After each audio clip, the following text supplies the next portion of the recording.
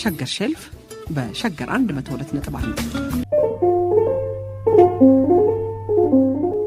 እቴቴ ያኔ ድሮ ጥንት በጻልነቴ ሰዓት ፉራፉሬ ከማበረበት ቦታ መካ ትጠራኝ ነበር ያቺ ቴቴ የጎረቤቴ ቡቡ ና ወንዝ እንውረድ ሸንኮራ ቆርጬልህ እንድትገምድ እሺ ቴቴዬ ብዬ አሳው ከጇ ተቀብዬ እተከራታለሁ ወንዝ ቴቴን የጎረቤቴ ውሃውን ፀሐይ ልጨልጨው በሱፍ አበባዎች ነጥፈው በወርቅ መርገፋት ሸፍነው ጨርቋን ቴቴን ሳንጨፈጭፈው ስታይ ቀለብሰው ደግሞ ገፋፍነው የኔ ቤት ቆላ ያንተ ቤት አፋፉ ልቤን አመጡልኝ እየደጋገፉ ስትለው ትንሹ ልቤን እንዴት ነበር ደስ የሚለው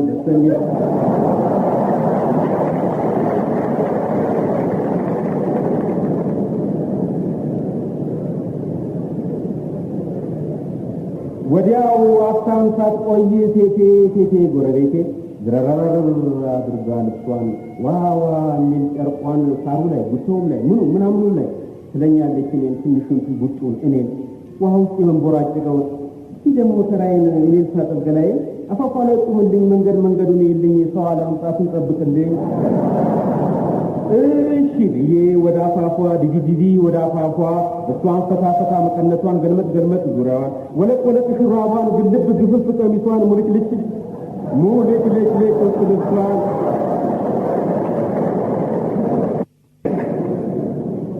ሙልጭልጭ ውስጥ ልብሷን ብቅጥልቅ ራቁቷን እኔም አየት መንገዱን ገረፍ ደግሞ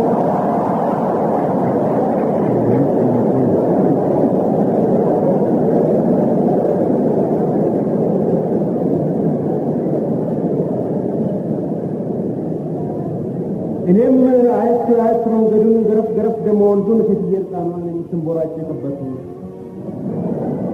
ጸጉሯን ወደ ኋላዋ እየሳበች እየጎተተች ጡቷ ለፀሐይ እየሰጠች እየለጠጠች ኋላዋንም ነካ እያደረገች ስትጫወት እያሾለኳታለሁ ደግሞ መንገዱንም አይላታለሁ። ታዲያ ዛሬ በጉርምስና ዘመኔ ያ የጥንቱ ትይታ ተመልሶ መጣ ካይኔ የረሳኋት ቴቴ ብይት ልብኝ ጀመረች ወንዙ ስትንቦራጨቅ ጸጉሯ ወደ ኋላ እየሳበች እየጎተተች ጡቷ ለፀሐይ እየሰጠች እየለጠጠች ኋላዋንም ነካ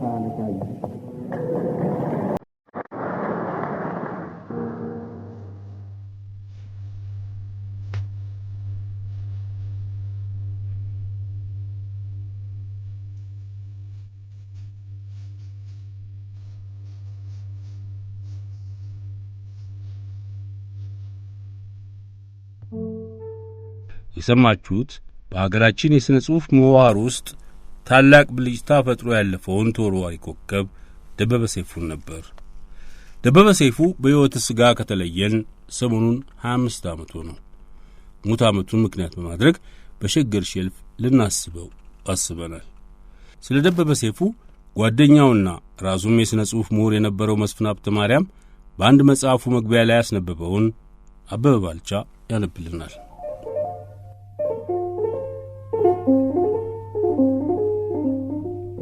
የብርሃን ፍቅር መግቢያ። ደበበ ሰይፉ ሐምሌ 5 ቀን 1942 በይርጋለም ከተማ ተወለደ። የአንደኛና የሁለተኛ ደረጃ ትምህርቱን በይርጋለምና በአዲስ አበባ ከተማ ኮከበ ጽባ ትምህርት ቤቶች ከተከታተለ በኋላ አዲስ አበባ ዩኒቨርሲቲ ገብቶ በኢትዮጵያ ቋንቋዎችና ስነ ጽሑፍ የባችለር ዲግሪውን፣ በእንግሊዝኛ ስነ ጽሑፍ የማስትሬት ዲግሪውን ተቀብሏል። ደበበ ሰይፉ የመጀመሪያ ዲግሪውን በማዕረግ እንደተቀበለ ከ1966 ጀምሮ እስከ 1985 ድረስ በአዲስ አበባ ዩኒቨርሲቲ በመምህርነትና በረዳት ፕሮፌሰርነት ማዕረግ አገልግሏል። ደበበ ሰይፉ እጅጉን በገጣሚነቱ የሚታወቅ ቢሆንም ጸሐፊ ተውኔት፣ ተርጓሚና የምርምርም ባለሙያ ነው። የተወሰኑት ተውኔቶቹ በልዩ ልዩ መድረኮች ቀርበዋል። የቲያትር ጥበብ ከጸሐፊ ተውኔቱ አንጻር በሚል ርዕስ ያዘጋጀው መጽሐፍ ታትሞለታል። ቀደምት የግጥም ሥራዎቹን የያዘ የብርሃን ፍቅር ቅጽ 1 በሚል ርዕስ አሳትሟል። ይሄኛው የግጥም መጽሐፉ ደግሞ ቅጽ 2 መሆኑ ነው። ደበበ በግጥም ችሎታው፣ በይዘት አመራረጡ፣ በቃላት አጠቃቀሙ ብዙ ሊባልለት የሚችል ገጣሚ ቢሆንም በዚህ አጭር መግቢያ ስለ ግጥሞቹ መግለጫዎች መስጠት ያስቸግር ይሆናል።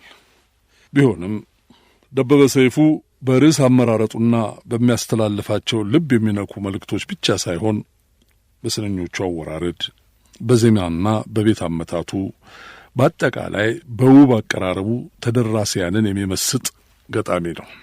ስለ ተፈጥሮ ሲገጥም ፀሐይና ጨረቃ፣ ቀስተ ደመናና የገደል ማሚቶ ያጅቡታል። ስለ ፍቅር ስንኞች ሲቋጥር የፍቅረኞችን ልብ እንደ ስዕል ቆንጆ አድርጎ በቃላት ቀለማት ያሳያል። ክህደት ላይ እንደ አንዳንድ ገጣሚያን አያላዝንም። ይልቁንም ውበትና ሕይወትን አገናዝቦ ያውላችሁ፣ ስሙት፣ እዩት ማለትን ይመርጣል። ደበበ ቃላት በእጁ ናቸው። ሆኖም እንደመጡለትና እንዳሰኘው አይለቅማቸውም። ጥሮቹን በጥሩ ቦታቸው በአእምሮ እያማጠ መርጦ ያሳካቸዋል። ምስል ፈጠራው ለምናብ ተስማሚና አመርቂ ነው። በደልን አስመልክቶ ከጻፈ በደል በወፋፍራም እጆቹ ያነቃችሁ እስኪመስላችሁ ድረስ ይዘገንናችኋል። የሕይወትን አስገራሚ ጉዞ አየመባከን ይለዋል። እኛነታችንን ሲያሳየን ለራስ የተጻፈ ደብዳቤ ያስነብበናል። እንኳን በቃኝ ሲለን ደግሞ እውነትና ከንቱነትን፣ መሸናገልና መደለልን እያጠቃቀሰ የፍቅራችንን ሰንካላነት በፈጠጠ ቋንቋው ይነግረናል። ሳቅና ልቅሶን፣ ዕውቀትና ድንቁርናን፣ እርግማንና ምርቃትን እና የመሳሰሉትን አዋህዶም አቃርኖም በስድ ንባብ ሊባል የሚያስቸግረውን ሁሉ በስሜትና በውበት ወጥሮ ማስነበብ በተሰጥኦ መታደል ይመስለኛል። ለሀገሩ ተቆርቋሪነቱን በኪናዊ ዘዴ የሚናገር ደራሲ የወገኖቹን ሰቆቃ ከኑሮ ከባህሉና ከልማዱ ጋር አያይዞ ሲያቀርብ ኪነቱን ለእውነት ማራመጃ አዋለው ማለት ነው። ደበበ የእነዚህ ሁሉ ባለቤት ነው። አዋይን ሲያነሳ የማኅበራዊ ሕይወት ቋንቋ ያደርጋታል። ከዘመን ጋር ተኳረፍኩ ቢልም በአገጣጠም ብልሃቱ በኩርፊያው ውስጥ ስውር ተስፋን ያስተጋባል። እኔ እንደማውቀው ደበበ ሰይፉ በገጣሚነቱ ሁሌም ዝምተኛ ነው። አይጮህም፣ ጮሆም አያስበረግግም። ይልቁንስ ለዘብ ለስለስ አድርጎ እስቲ አጢኑት ይለናል። ደጋግመን እንድናነብለት የሚያደርገንም ይኸው ችሎታው ነው። ለሱ ውበት ማለት ሰማዩና ምድሩ ብቻ አይደሉም። ዋናው ምሰሶ ሰው ይመስለኛል፣ የሰው ፍቅር። በብዙ ግጥሞቹ ይኸው ጎልቶ ሲወጣ ይቻለሁ። ለማጠቃለል ደበበ ሰይፉ የግጥም ባህላችንን በእጅጉ ያዳበረ ገጣሚ ነው ብዬ አምናለሁ። መስፍን ሀብተ ማርያም።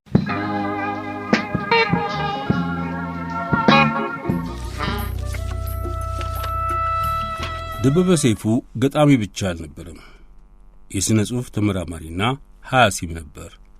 በአንድ ወቅት የአብዬ መንግሥቱ ለማን ተውኔት ሲያሄስ ከተናገረው በመጠኑ እናድምጥ።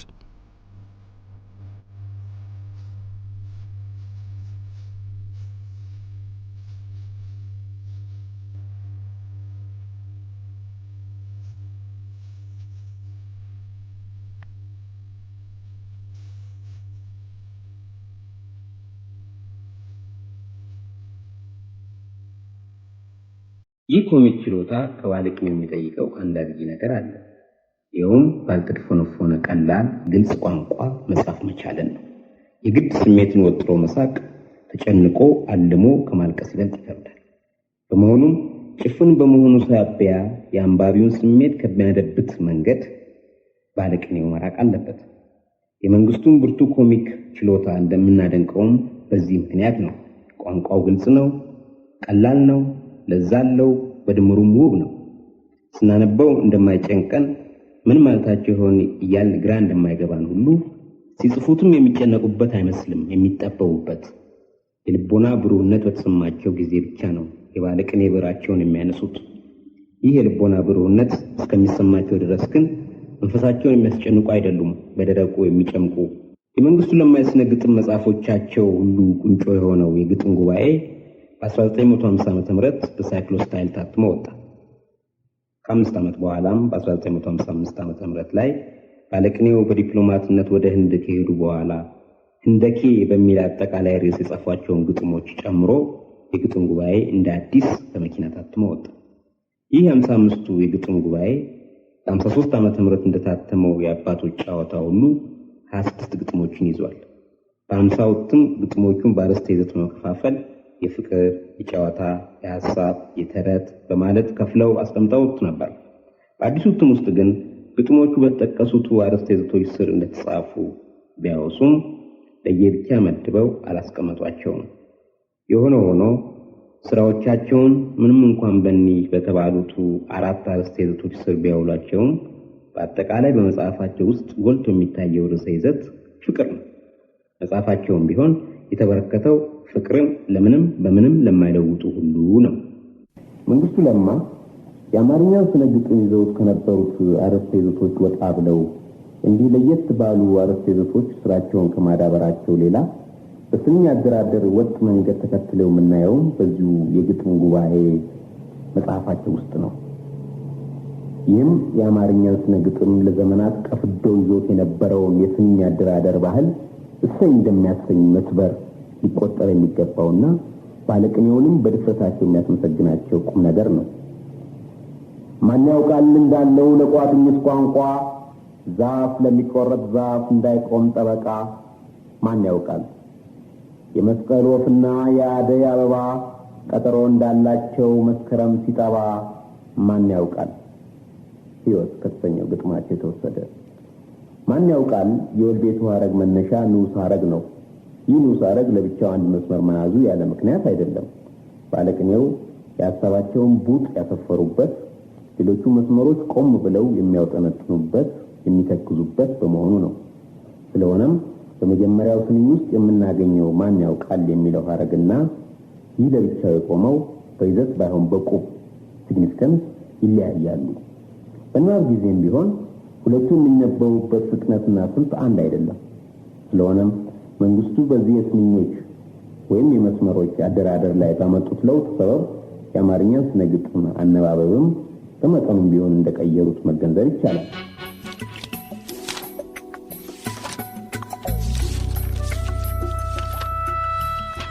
ደበበ ከግንቦት 1985 ዓ.ም ጀምሮ በህመም ምክንያት ሥራ ካቋረጠ በኋላ ሚያዝያ 16 ቀን 1992 ዓ.ም ነበር ከዚህ ዓለም በሞት የተለየው። ደበበ ሰይፉ ጸሐፌ ተውኔትም ነበር።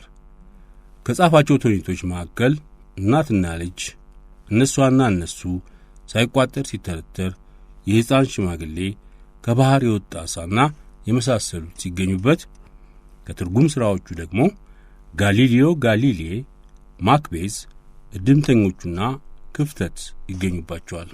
አሁን ደግሞ የደበበ ሰይፉን ግጥሞች እናድምጥ።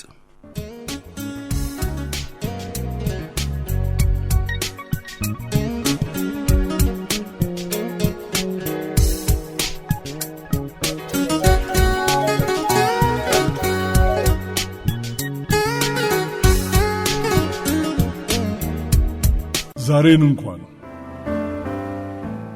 ደበበ ሰይፉ ዛሬን እንኳን እስቲ ዛሬን እንኳን ሳቂ እስኪ ዛሬን እንኳን ፍንጭትሽን አትደብቂ ፈገግታሽን አትፋቂ ጎረቤት አይታዘብሽ ሐሴት ደመኛ ያርግሽ እባክሽ እናት ዓለም እባክሽ የጣሽን አድማስ ጉም ሸፍኖት ምድረ ሰማይሽን አጨልሞት ፀሐይሽን ቢጦልብሽ ጨረቃሽን ቢሰርቅብሽ አንቺማዬ እንደ ሌሎች መሳቅን ማታውቂ ነሽ። በእንቁጣጣሽሽ ዋዜማ ድንኳን በተቀጣጠለው ችቦ ጋገን ፈካ ይበል የገጽሽ ብርሃን ደመቅ ይበል የልብሽ ዙፋን ዛሬን እንኳን ማምዬ ዛሬን እንኳን ለእኛም ችቦ አዳርሽን እዮሃ አበባዬን በል በዋይደል ዛሬስ በቃል በውካታ እንጠበል ተቸንክሮ እንደኖረ በር በትግላችን ተለማምጠን አንደበታችንን ተማጽነን ከንፈራችንን አላቀን ቢጎለድፍ ምላሳችን ባይጥም እንኳን ዜማችን ቢሰባበር ድምጻችን ዝሩ ቢሆን ነገራችን ብቻን ጩህ ፍቀጅልን ጩኸት ነው እኛን ያማረን አሁን ጩኸት ነው እኛን ያማረን በጩኸት እንንበልበል የገደል ማሚቶ ትንቃ ከንቅልፏ ትራሷ ትንከንበል ከቦዘን ህልሟ ትፈንገል አንደበታችን እኮ ዝጓል ማምዬ አእምሮአችን በክሎ ቃል አስጥሎ ሐሳብ ገድሎ ያይንን እውነት በአርምሞ አሰልስሎ የጆሮን ታሪክ በዝምታ አብጠልጥሎ አንደበታችን እኮ ዝጓል ማምዬ አእምሮአችንን በክሎ የጣር የጭንቅ ድምፃችን እንዳማሃ ዛሬ ይድረስሽ። የዘመናት ቅርሳችን ወጥቶ ፊትሽ ይቅረብልሽ። የፍሬያችን የምስራች ከቶ ምን ቢሆን አንንፈግሽ። ከኛ ፈገግታ አትጠይቂ፣ ከኛ ሐሴት አትጠብቂ። እንባም ለኛ ተስፋ ነው። እባክሽ ስለ እንባችን አንቺ ሳቂ። አንቺ ስለ ጩኸታችን ፈንድቂ። አንቺ ስለ ጭንቅ ድምፃችን ቦርቂ። አለመሳቅ እኮ ይቻላል፣ አለማልቀስ ነው ጭንቁ። የመንፈስን እንጉርጉሮ በመንፈስ አምባ ማመቁ፣ ውስጥ ውስጡን እየደሙ በቀቢጸ ተስፋ መድቀቁ፣ ለተስለመለመች እውነት የደም ደብዳቤ ማርቀቁ፣ በቅሬታ ሰደድ እሳት ሕዋሳትን መጨፍለቁ። አለመሳቅ እኮ ይቻላል፣ አለማልቀስ ነው ጭንቁ። እስቲ ዛሬን እንኳን ፍንጭትሽን አትደብቂ፣ ፈገግታሽን አታርቂ። ሚያዝያ 1966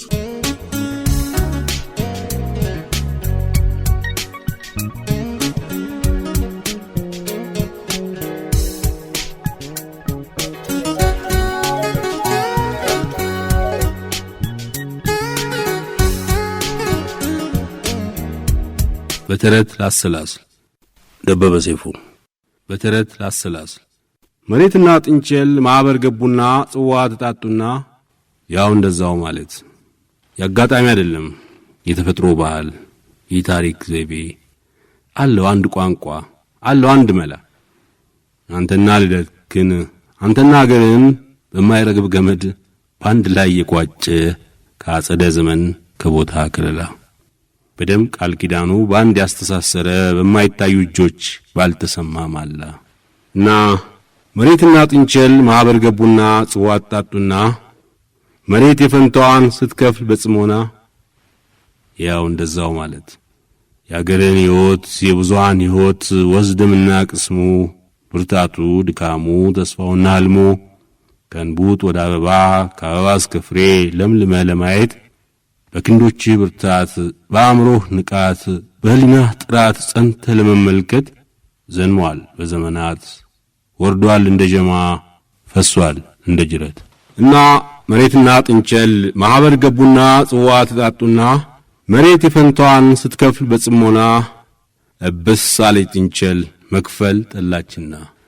ያው እንደዛው ማለት በስንት ትላንት ነውና ዘንቦይ ጸይቶ በቁር ተኮራምቶ በዋይ ገርጥቶ የበቀለ ዛሬ ትውልድም ነውና ያት የቅድማያት የእንዝላት የእንጅላት የመሰረት ፍሬ በሺግሮች ተራምዶ ዛሬ የደረሰ ለሱ እሱነቱ በወቅቱ ለወቅቱ ይኖሮ የደካማ የትውልድ እንክርዳድ አደገኛ አዝመራ ከዚህ ከወጣቱ ማን ነው ይህ መጢቃ የጸደይ ቀን ዘመድ ወጭቱንም ይሰብር ዳውንም ይክድ ከወገኑም አይቆም ከወገኑም አይነድ የጫጨ መንፈሱ የሸፈተ ሐሳቡ የከነፈ ልቡ ራሱ መነሻው ደሞ ራሱ ግቡ እና መሬትና ጥንቸል ማኅበር ገቡና ጽዋ አጣጡና፣ መሬት የበኩሏን ስትከፍል በጽሞና እብስ አለች ጥንቸል መክፈል ጠላችና።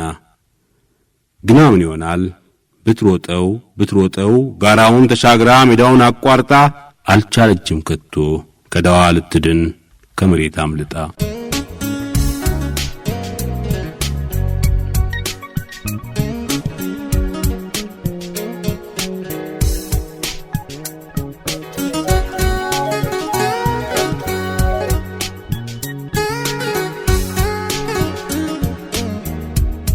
ጠብቄሽ ነበረ ደበበ ሰይፉ፣ ጠብቄሽ ነበረ መንፈሴን አንጽቼ ገላዬን አጥርቼ አበባ ሳብቤ አዱኛ ሰብስቤ ጠብቄሽ ነበረ። በትቀሪ ጊዜ መንፈሴን አሳደብኩ ገላዬን አጎደብኩ አበባው ደረቀ አዱኛው አለቀ። በትቀሪ ጊዜ ጣልኩብሽ ተስፋ እኔን ይዞ ጠፋ። 1962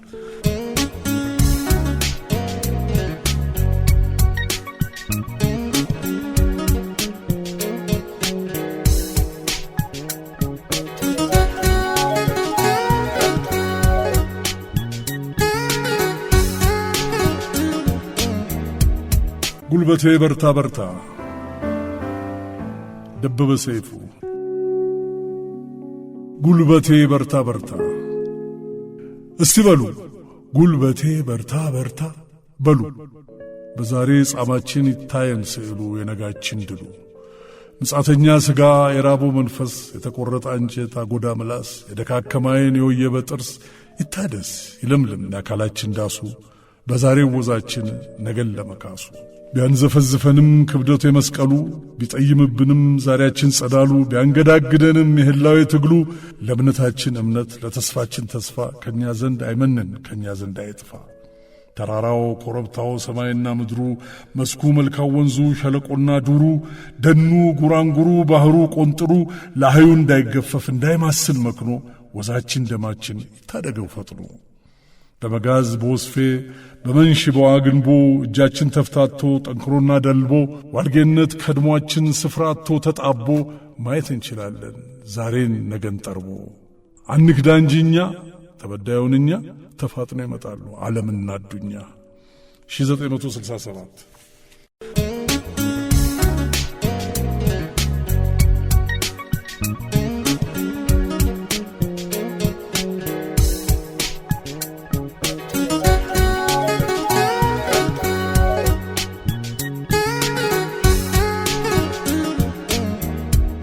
ከአክሱም ጫፍ አቅማዳ ደበበ ሰይፉ። ከአክሱም ጫፍ አቅማዳ ትግራይ ላከ ወሎ ጋ አበድረኝ ብሎ አንድ ቁና ጤፍ። ወሎም ማፈርና የለኝም ማለቱን ባህሉን መዝለፍ ቆሌውን መንቀፍ ላከ ወደ ሸዋ ምናልባት ቢሰጠው ለሰው የሚተርፍ። ሸዋ ማፈርና የለኝም ማለቱን ወደ ሐረር ዞረ። ሐረርም መልሶ ባሌን አተኮረ። ባሌም ወደ አርሲ ሲዳሞን ሲዳሞም ተክዞ ግን የለኝም ብልስ ማን ያምነኛል ብሎ ወደ ጋሞ ላከ አቅማዳ ጠቅሎ።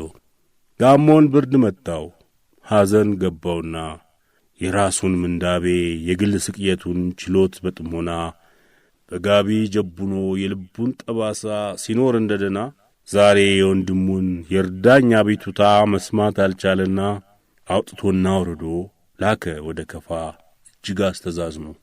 ከአፍረት ያድነኛል ከረሃብ ያወጣኛል ሲል ባያሌው አምኖ ከፋ እንደደረሰው በድንገት አቅማዳው በነፍሱ አይታ ሐራራው ተሰማው የሥጋው ድንፋታ በብልሃት አዛጋ። ቆይቶ ቆይቶ የተስፋ ጠል ቀዳ ሲልክ ከኢሉባቦር አበድረኝ ብሎ እህል ባቁማዳ። ጭምቱ ኢሉባቦር ይኖር የነበረ የቤቱን ጉድጓዳ በሞኛሞኝ ገላው ቆዳ ውስጥ ወሽቆ ጠየቀ ወለጋን ኀፍረቱን ደብቆ ኩራቱን ዘግዝቆ። ከየት አመጣ ብሎ ወደኔ ላከብኝ እያለ ወለጋ እጅጉን ተደሞ ሄደ ወደ ጎጃም ዛሬን ሁነኝ ብሎ ሊማጸነው ቆሞ። ጎጃምም ተሰምቶት ሰቀቀን ሐዘኑ ደረት እየመታ ቅኔ እያወረደ እምባ እያፈሰሰ ወግና ኩራቱን በየቦዳው መሃል እየነሰነሰ አባይን ተሻግሮ ከጎንደር ደረሰ። ፋሲል ላይ ተነጥፎ ጎንደርም ሐዘን ላይ ነበረ ተቀምጦ። ተድላ ልጁ ሞቶ ገናን ክንዱ ታጥፎ በዘመን ተድጦ። ጎጃም መጣ ሲሉት የእዝን የተመኘን ልቡን በታዘበ የኩራት ካባውን ሊጥል ባንጓበበ። የወንድሙ መምጣት ቅጩ መንስኤ መሆኑን ሲረዳ ረሃብ አበሳ ጥንትም አልሆነኝም ከእንግዲህ በቃኛል ለይሉኝታል ሳሳ ብሎ ከኤርትራ እህል ለመበደር በርትቶ ተነሳ። የዘመዱ ጦት ነበርና ጦቱ በስቶ ሰቀቀኑ ኤርትራ ታመመ ደም ጎረፈ ካይኑ። ወደ ትግራይ ላከ መላ ባገኝ ብሎ ካደራ ደብዳቤ እባክህ ላክልኝ አንድ አቅማዳ እህል ልሞት ነው ተርቤ።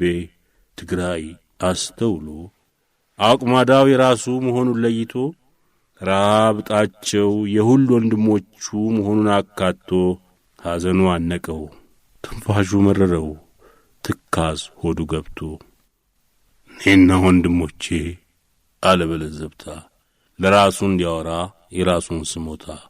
እኔና ወንድሞቼ ሁላችን ከባዶ አቅማዳ ነው ሚዛቅ ፍቅራችን። ይህ ነው አንድነታችን፣ ይህ ነው ባህላችን።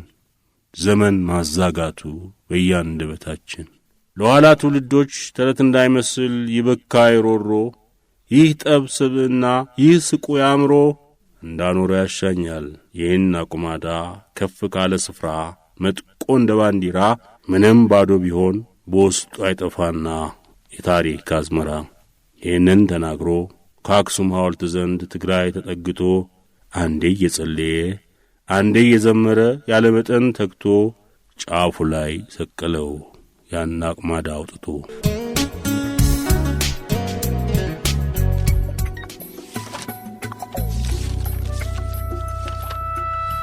አንድ ጊዜ ስለ ባለቅኔና ደራሲ የሥነ ጽሑፍ ምሁር ደበበ ሰይፉ ሥራዎች እንዲያዋዩን ተማሪውም ጓደኛውም የነበሩትን አቶ ግርማ ዘነበን ጋብዘን ነበር። አቶ ግርማ ዘነበ ካልቸር ኤንድ አርት ሶሳይቲ ኦፍ ኢትዮጵያ የሚባል በተለይ በሀገር በቀል ባህሎች ላይ የሚሠራ መንግሥታዊ ያልሆነ ድርጅት ከመሰሎቻቸው ጋር መስርተው መስሪያ ቤቱን እየመሩ እንደነበረ ባነጋገርናቸው ጊዜ ነግረውናል። አቶ ግርማ ዘነበን እያመሰገንን ባለፈው ጊዜ ከሰጡን ቃለ መጠይቅ በመጠኑ እናደምጣለን። ደበበ በመሰረቱ ሶሻሊስታዊ ርዕዮት ልቡን የገዛው ሰው ነው ማለት ይቻላል። ሶሻሊስታዊ አመለካከት በዙ የተቃኘም ስለሆነ ነው።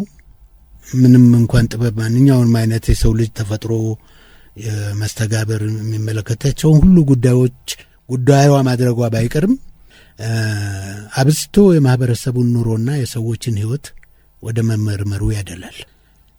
በተባደለና በተዛነፈ ማህበራዊ ውቅሮች ውስጥ የሰው ልጆችን ስለሚገጥማቸው ዕድልና ጣፈንታ፣ ስለ ብሶታቸው፣ ስለ ተስፋቸው እንዲህ የመሳሰሉትን ነገር ይመረምራል፣ ይታዘባል። ሚዛኑን ከዛ ውስጥ ቅድም አንተ እንዳልከው ከትናንሹ ነገር ወቅታዊ ከሆነችው ነገር ውስጥ ዘላለማዊ እውነትን ለማንጸር ይሞክራል። ታዲያ በእነዚህ ፍለጋዎቹ በእነዚህ ምርምሮቹ ውስጥ አብዝቶ የሚያደላው የሀገሩን የኢትዮጵያ መለዮ አይዴንቲቲ በማንጸርና ህልውናዋም ጸንቶ እንዲቀጥል በማድረግ ምኞቱ ላይ ይመስለኛል።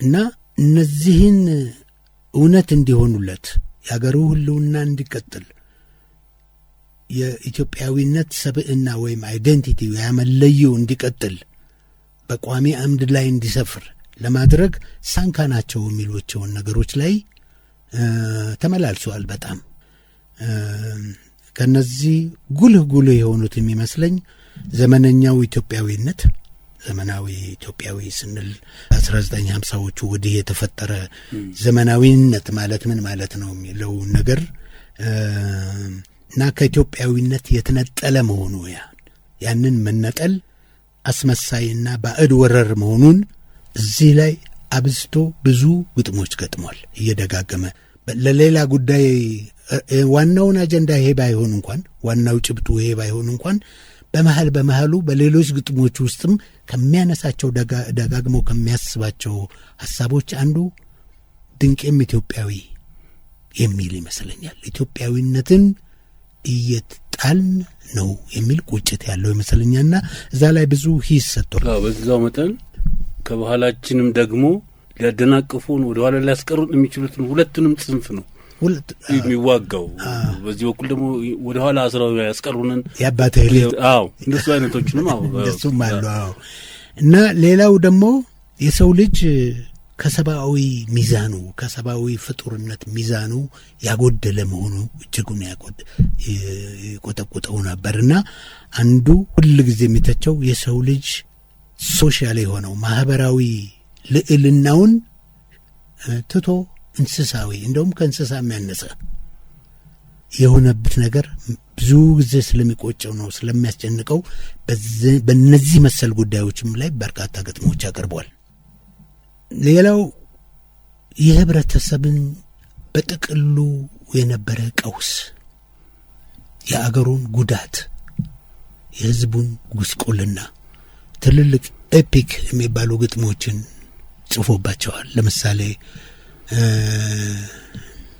ለራሴ የተጻፈ ደብዳቤ፣ ከአክሱም ጫፍ አቁማዳ እንዲህን የመሳሰሉ የህዝቡ የተሸፈነ ግን ውስጡን የተጎሳቆለ እውነት እሱን እንደውም ረጃጅም ግጥም ናቸው። እዚህ ላይ ብሎ አይበቃውም ማለት ነው።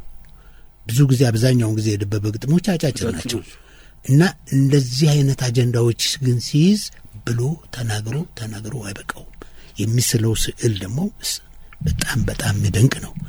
ከአክሱም ጫፍ አቁማዳ ሲምቦሊዝም እኮ ነው እንዳለ የኢትዮጵያን እውነታ። መጨረሻ ላይ አቁማዳው የአክሱም ሐውልት ጫፉ ላይ ነው የሚሰቀለው። ባንዲራ ይሆናል ማለት ነው፣ ብሔራዊ ባንዲራ።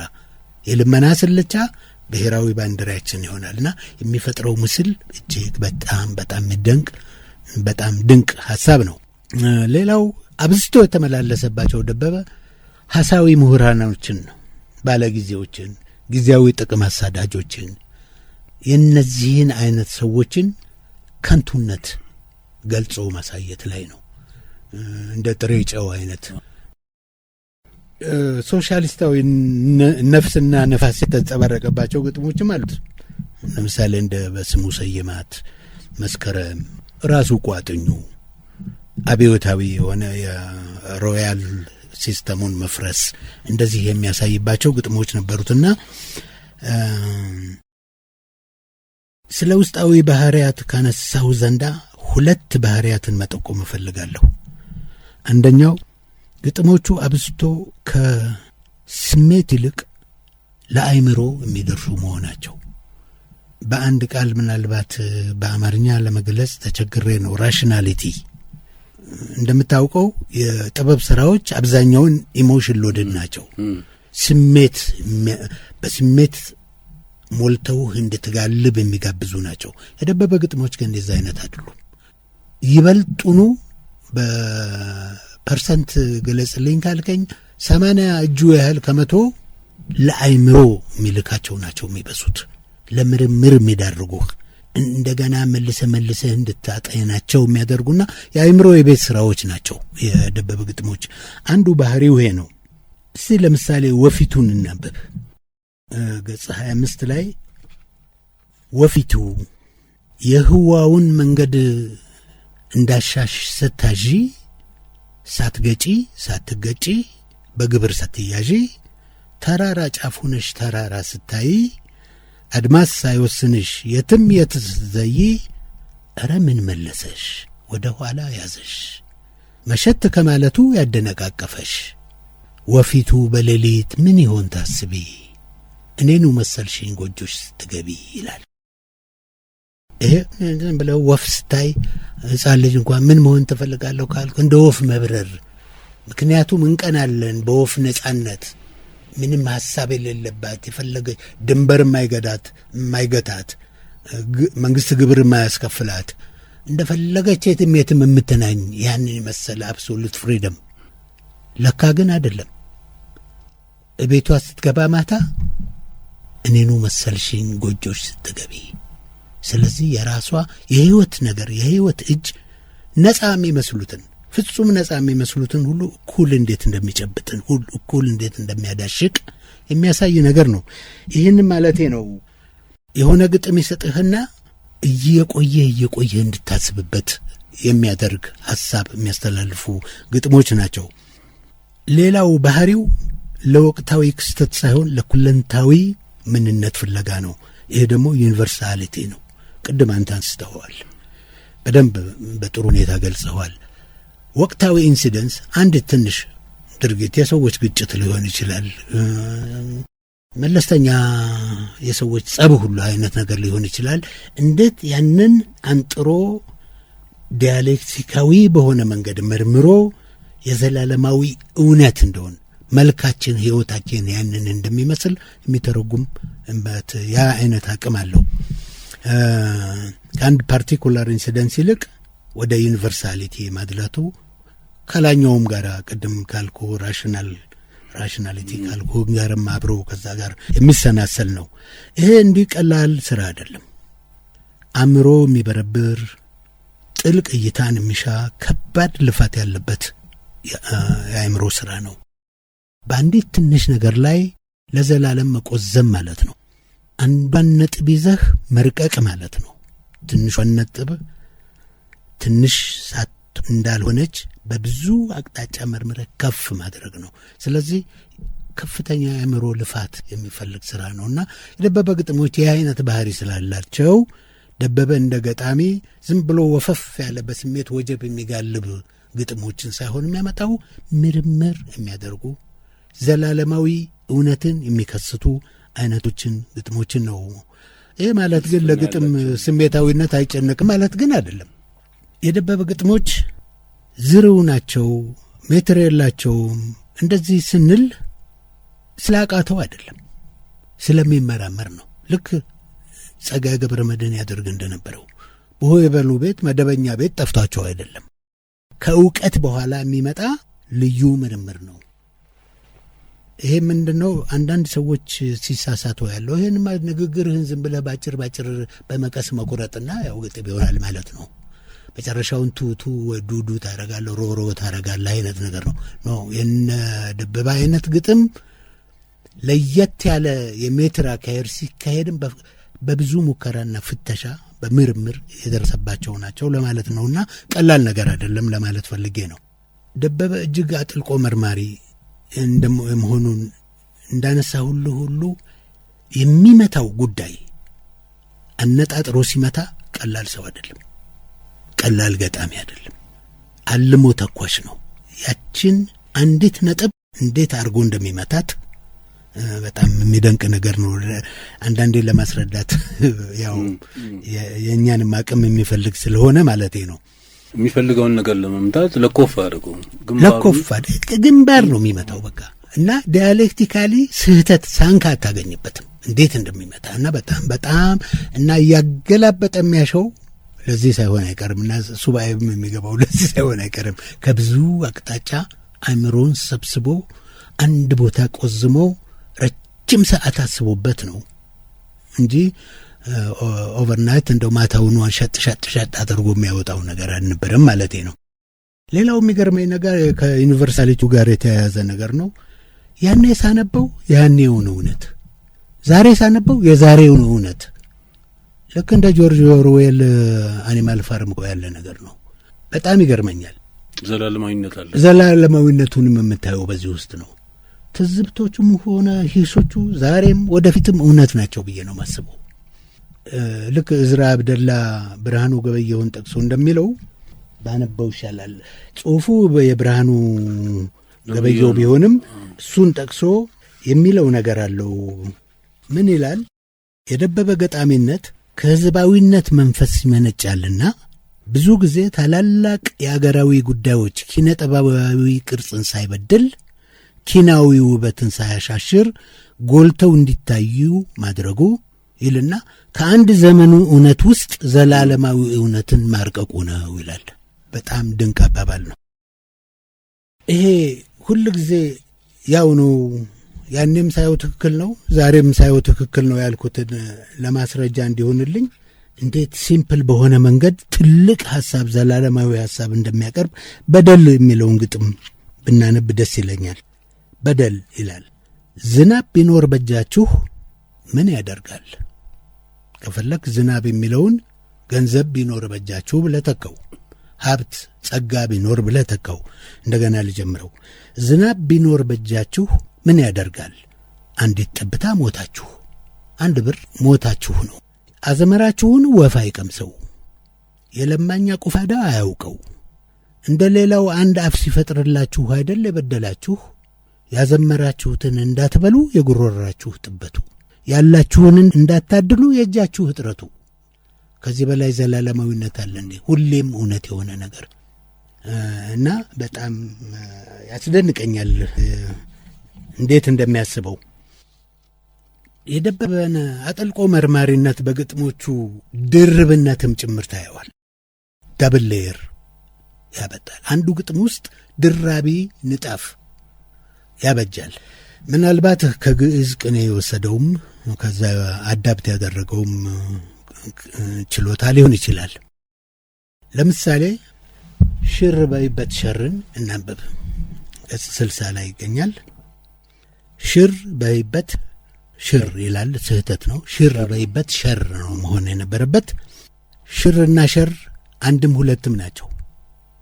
ሽር እና ሸር ከመንሸራሸር ስዊፍትሊ ከመሄድ እንደ ልብ ከየትም ቤትም ከመዘዋወር ጋር ሁለቱም ቃላት ሽር ማለትም መሽቀርቀር ነው። ሸር ማለትም በፍጥነት ሽር ማለት ነው። በሌላ በኩል ደግሞ ሌላ እንጠፋለሁ። ሸር ማለት ሴራ ማለት ነው፣ ተንኮል ማለት ነው። ስለዚህ በዛን ዘመን የነበረው በማህበራዊ ስርዓቱ ደረጃም ቢሆን ከፈለክ ቢሮክራሲ ብለው በሰዎች የእርስ በርስ ግንኙነት መካከል ሸር ያላትን ቦታ ነው የሚያየው። የግጥም እንዲህ ይላል።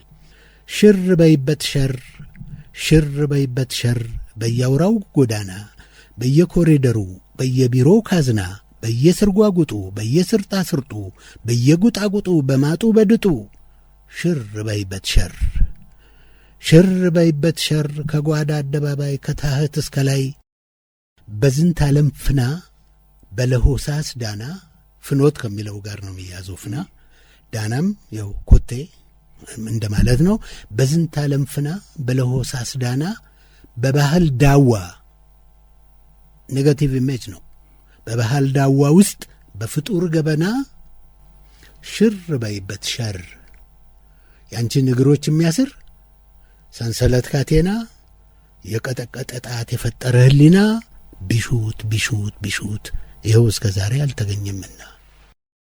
ይሄ የመደረብን ነገር ሁለት ንጣፍ እንዲኖር ያደርጋል። በነገራችን ላይ ደበበ በእንግሊዘኛም ይገጥማልና የት እንዳሉ ግን አላውቅም። ልክ አሁን እንዳልኩ ይሄ ደብል ሌየርን ያለውን ግጥሙን አንዱን በቃል የማስታውሰዋል። አጭር ናት። A cow begot a fire and fell in an Ethiopian dilemma, not yielding either to lick or to kick. ይሄ ነው ግጥሙ። እና እኔ ትንሽ በእንደው ድንገት ድፍረት ሆነብኝና ተረጎምኩት። ላም እሳት ወለደች፣ እናም ባበሻ ቅኔ ተጠለፈች። ግራ የገባ ነገር ገጠማት፣ እንዳትልሰው እሳት ነውና ፈጃት፣ እንዳትረግጠው የወላድ አንጀቷ እምቢ አላት ይላል። ይሄን ግጥም ረቂቅነቱ ይሄ ድርብ ሌየር ለሚለው ተጨማሪ ማስረጃ ይሆነኛል ብዬ ነው። ዘረቱ ተረትና ምሳሌ ነው። ላም እሳት ወለደች ሲል እኮ ራሱ ያለቀ ተረት ነው እዛ ጋር። እና ያቺ ወለደች ላም ኢትዮጵያዊ ተረት ውስጥ ወደቀች ነው የሚለው። ላም እሳት ወለደች እንደገናም ላም እሳት ወለደች የሚለው ተረት ውስጥ ወደቀች ነው እኮ የሚለው። እና አሜዚንግ በጣም የሚደንቅ ሌየር ነው ያመጣውና ያው ቅድም እንዳልኩ ከይዘቱ አንጻር ከደራሲዎች ከትልልቅ ደራሲዎች አንተ እንደነገርከን አቃምሶናል እየተረጎመ። በጣም የወዳት የነበረ አሜሪካዊት ገጣሚ ከፑሽኪን ቀጥሎ በጣም ወዳታለሁ ሲል የሰማሁት ኤሚሊ ዲክሰንሰን የምትባል የአሜሪካ በ19ኛው ክፍለ ዘመን ሁለተኛው አጋማሽ ውስጥ የኖረች ገጣሚ ናት። ከሷ አንድ የገጠመው ሙሉውን አላስታውሰውም አሁንም የት እንዳሉ ስለማላቅም there is no frigate like a book that takes us lands away ያለች ስለ ንባብ እና ስለ መጽሐፎች ዋጋ የጻፈችው ግጥም ነው። እና እሱም ደቤም አዳብት አድርጎት ነበር እንደ መጽሐፍ ምን ጀልባ ስንቱ ሀገር የሚያገባ እያለ ይቀጥላልና ምናልባት ወደፊት ከያሉበት ተለቃቅመው ይወጡና የበለጠ የደበበን ገጣሚነት የበለጠ ኤንሪች የሚያደርጉ የሚያጎለብቱ ይሆናሉ ብዬ አስባለሁ።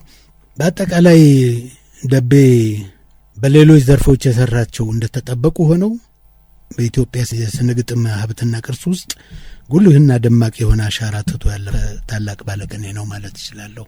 በኢትዮጵያ ስነ ጽሑፍ ውስጥ በ1960ዎቹና 70ዎቹ የኢትዮጵያ ሀገራችን ህዝብ በፖለቲካዊ በማህበራዊ ኢኮኖሚና ምስቅልቅሎች ውስጥ መግሏላቷና መናወጧ እንዳለ ሆኖ ከዚያ መናወጥ ውስጥ ግን ሀገራችን ብዙ የስነ ጥበብ ታላላቆችን አውጥታለች። ከነዚህ ውስጥ እንደ ንጋት ኮከብ የሚያበራ ታላቅ አንድ የስነ ጽሑፋችን ሌጋሲ ውርስ የወደፊቱም ትውልድ ይበልጥ እየመረመረው እያወቀው ለራሱም ግብአት የሆነ ኢንስፒሬሽን ሆነው የሚያገለግል ትልቅ የስነ ጽሑፍ ሰው ነው ደበበ። ይህን ለማለት ነው ፈልገው። ነፍሱን በአጸደ ገነት ያቆየልን። አሜን። ምላሱ ታስሮ